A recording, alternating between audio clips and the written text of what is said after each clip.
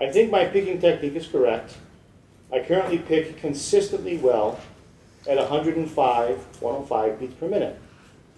How many hours is this really going to take for me to reach 180 beats per minute playing 16th notes? So at 16ths, we're at 105. And we want to get to, what did I say, 180? You know what you said? 180. That's pretty quick, 180. 16th notes, that's nothing moved along.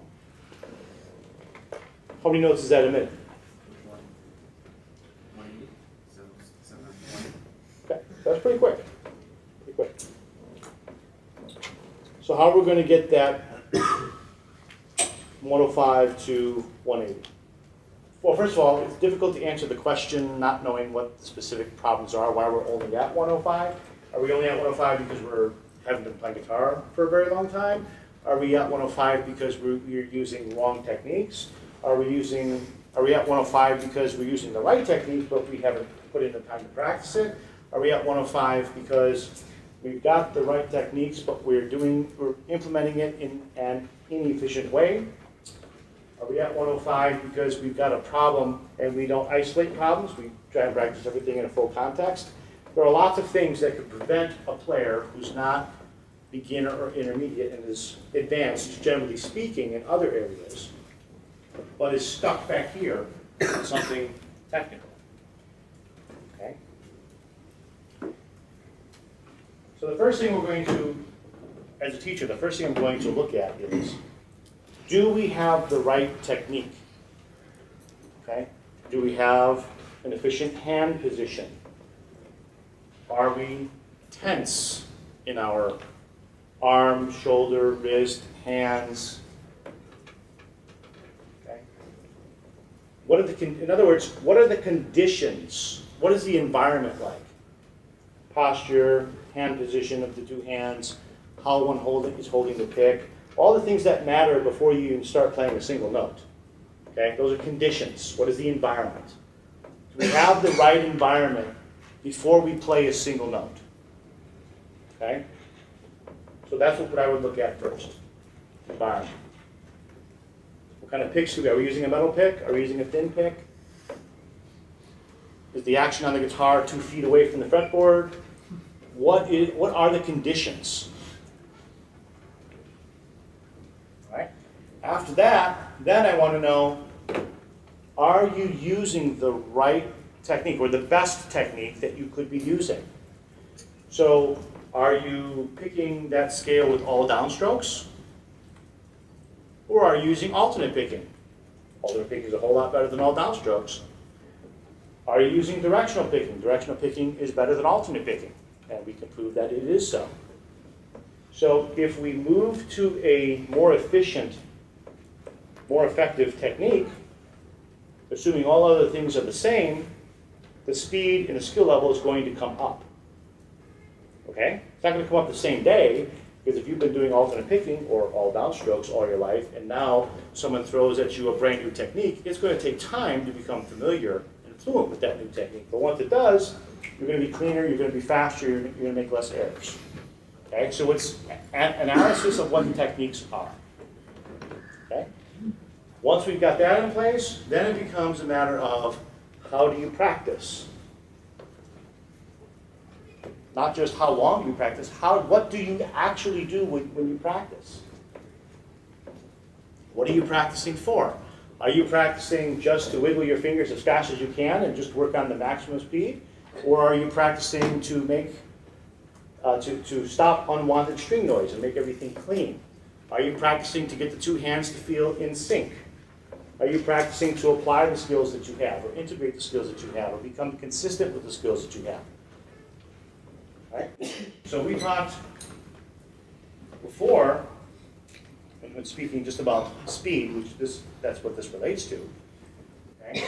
You've got these different areas of speed. You've got maximum speed, the speed at which you can literally pick and move your fingers regardless of whether it's clean or in sync or sloppy or whatever, just balls out maximum potential speed.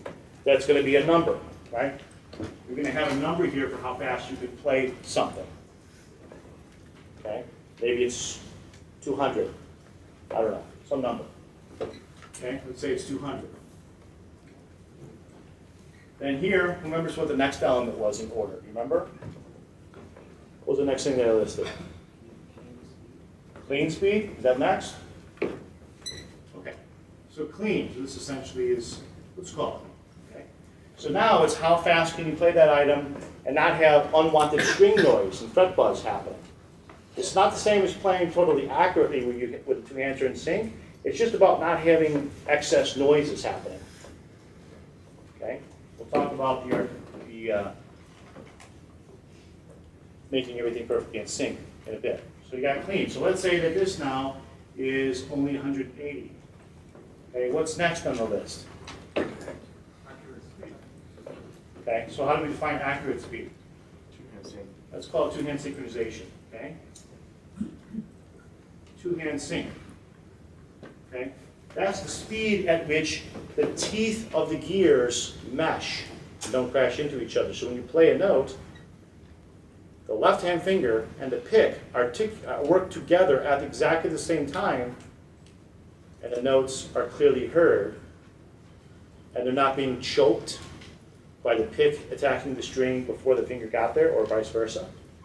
The string is ringing out, or the note's ringing out for its full duration. We haven't picked up our finger, taken the finger off too early. We haven't started picking the next note too early. Okay, things are in sync. So this is going to drag this 180 down, because when we do this, we're assuming that it's still clean.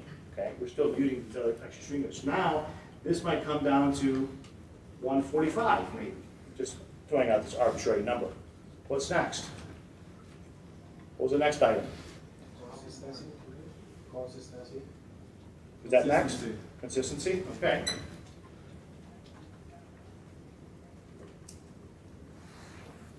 I think I spelled that right.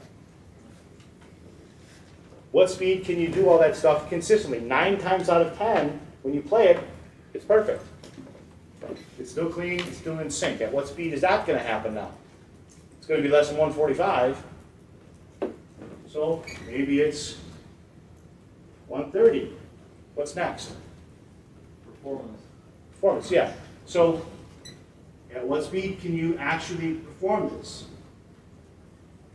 Stand up, play it in front of people, and not make mistakes. Well, that number's going to be nothing less than 130, because you can get 130 at home, right? But in a real life situation, that number's probably going to come down. Okay? So maybe now you're only at 115, or maybe even lower. Maybe it's 100. Okay? So our goal here is not necessarily to increase this. So if your total max out, balls out speed, not in sync and sloppy, is 200, don't sit there and try and make it 210 or 220 or 250, right? Because these won't necessarily, those speeds won't necessarily come up even when this comes up. It might come up slightly, but it won't directly close the gaps that need to be closed between these different areas. We want to close this gap, and close this gap, and this one, and this one. Okay, so it's here, and here, and here, and here that really matter, making that distance smaller. Okay? So if we're when he says he's at 105 and he wants to get like 180, we don't even know what that even means. What's at 105? This? Or this? Or one of those? We don't even know yet. Okay? So essentially we need to work on, for sure we need to work on 2 and 3. And if we're ever going to make this reliable, number 4. We may or may not have to worry about 5, depending upon if the student's goal is to really perform. If it's not, then we don't care about that so much. If it is, well, then we got to work on number 5 too, and we got to start working on it right now. We will work on all of these. So some of the practice time would be based on this. Some would be here, some would be here, and some might be here. We need to work on that. No. Because guess what happens when these gaps close and those speeds get pushed up? This goes up all by itself. Right? If you can consistently play clean with perfect synchronization at 180, that's a short distance between 180 and 200. This 200 is now going to go to 230, 240, 250. Okay? It's going to happen by itself. And it's going to push this up. It's going to have a much bigger effect than if we try and focus here, push this up, and then think that, oh, these things will come up as this comes up.